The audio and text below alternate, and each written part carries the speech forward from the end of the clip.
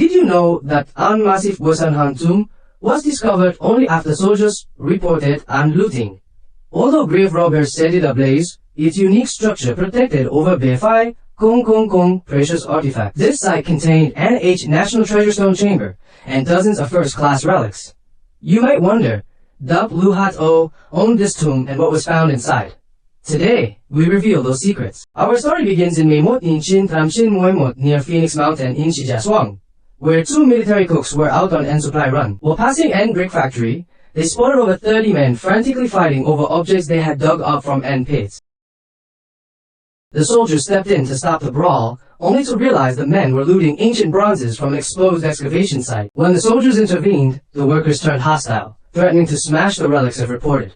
The soldiers immediately returned to base to alert their superiors. Without this intervention, these treasures would have been lost forever. Under strict military guard, the site was secured, and local archaeologists began an emergency excavation. The team quickly recovered several items from the looted area, and soon, an formal rescue mission was organized to explore deeper. Researchers soon cleared out Bamuotam bronzes, 3 silver pieces, and 5 iron vessels, including phoenix-shaped tripods, silver basins, and bronze burners. Expert appraisal revealed that 10 of these recovered items were of the highest national significance. Dating back to the Western Han, experts suspected this was just an side pit for a much larger tomb, later confirmed by the discovery of massive rammed earth layers. If an mere side pit held such wealth, the main chamber promised to be an even more staggering archaeological find. The excitement grew as inscriptions were discovered on several items, particularly on one of the bronze tripods found at the site. The text identified it as an royal vessel from the Siguan department, weighing unspecific amount, and dated to the 29th year of unspecific reign. The Siguan was the department responsible for the royal family's dietary needs, an prestigious office also mentioned in the famous Marquis of Haihun tomb. This inscription suggests the tomb owner was at least an vassal king. But which king was stationed here in Lulu County during the Western Han? Researchers soon found an bronze pot inscribed with Changshan Siguan, confirming the owner was an king of Changshan. The title of Changshan King existed from the late Qin to the Han, but history suggests an dark, almost cursed fate for those that Luhat who held it. Nearly every Changshan king met an tragic end. In Motramtam Moitam BC, Emperor Hui's third son, Liu Bui, was given the title, only to pass away 2 years later.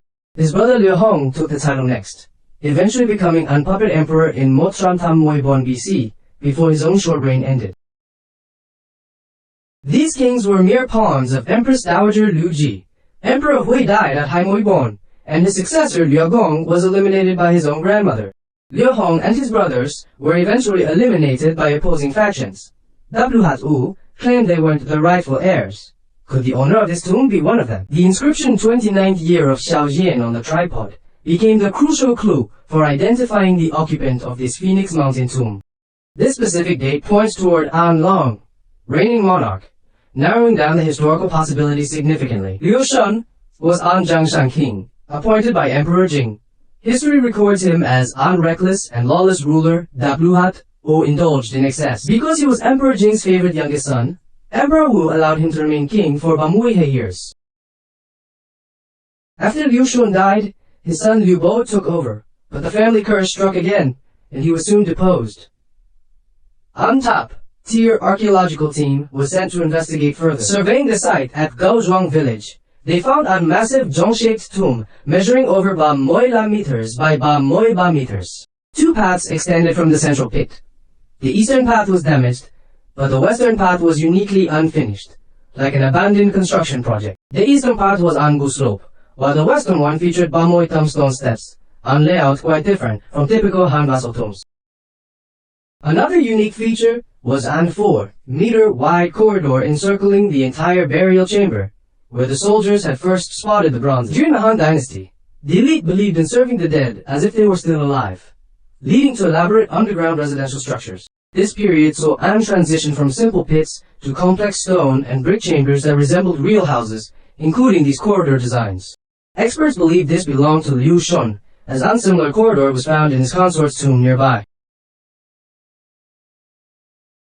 In November, the official rescue excavation began by clearing the surface soil, only to reveal 2 looting holes at the top. The team's morale sank and work was further delayed by land disputes with the brick factory, requiring military patrols to protect the site. By early Mutninchin-Tram-Chin-Muuiba, the issues were resolved and work resumed, but the team soon made a troubling discovery regarding the soil. The earth near the bottom was incredibly hard and showed clear signs of having been subjected to intense heat. The deeper they went, the worse the burn damage became. As they approached the coffin area, they found heavy, scattered stone slabs. These thick stones were used to construct neat, protective outer casing for the burial. These slabs, roughly 20 centimeters long, were stacked to create an stone guo, or outer coffin chamber. Using stone instead of wood was an privilege reserved for the highest ranking nobility during the Han and Tang dynasties. Such stone chambers are rare in Chinese archaeology, making every discovery a national treasure of immense historical value. Even if an tomb was looted, an preserved stone chamber would be a victory. However, excavation revealed that the fire had reached the chamber itself. The stones were scorched ink bright brick red, and in some areas the heat was so intense it had fused the material together. Slag, like residue, was found throughout the western wall of the chamber. Only the southwest corner remained standing at nearly 5 meters. The rest was just ruins from an catastrophic deliberate burning. In ancient times, the guo served as the underground house for the inner coffins. In high-level burials, these were multi-layered structures. This tomb featured both stone and wooden outer casings. To the team's dismay, it seemed the robbers had looted everything before setting the fire.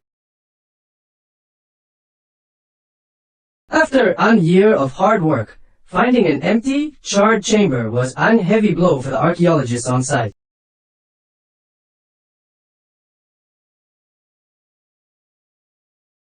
Despite the disappointment of the empty interior, the architectural data gathered from the tomb structure still provided invaluable research material.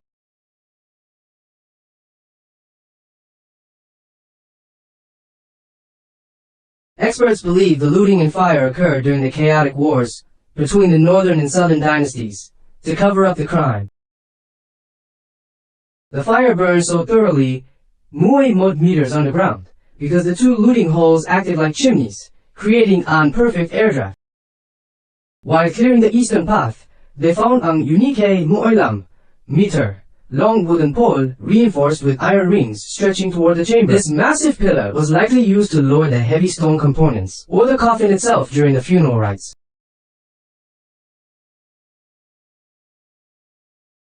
With the main chamber ruined, the team turned their focus to the surrounding corridors, hoping the looters had missed the side caches.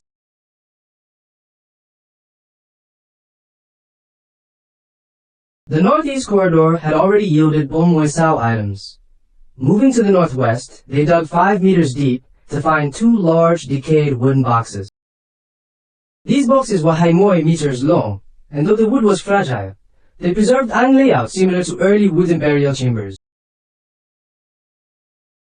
Once the mud was cleared, hundreds of artifacts emerged, mostly consisting of elaborate kitchen and household utensils.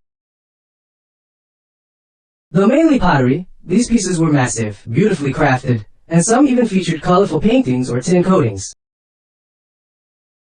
Historical texts describe these as outer storage chambers, which were part of the extravagant burial suites for high-ranking royals. This discovery provided the first physical evidence of such outer chambers described in the Book of Han.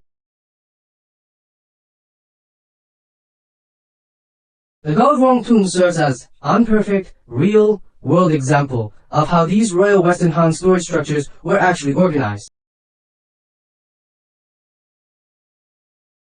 Over Bontram artifacts, including pottery and bronzes, were eventually recovered from this northwest section alone.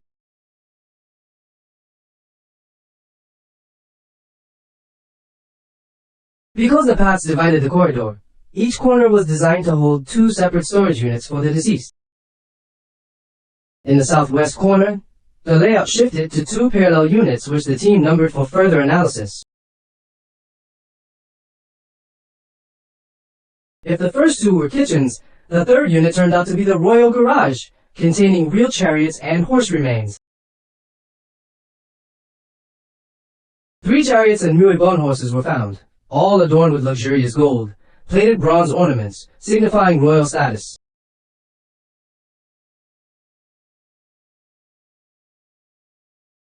Strict Han laws dictated that only high-ranking nobles could be buried with actual horses and full-sized chariots.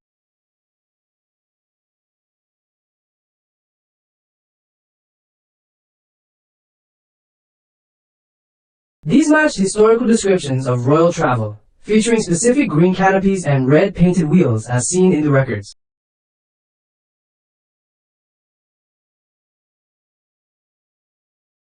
Accompanied by wooden figurines, the fleet included an ANH-led security vehicle equipped with crossbows and swords for protection. The second carriage was for the owner, while the third, wider carriage was likely an rest area for the owner and family during travel.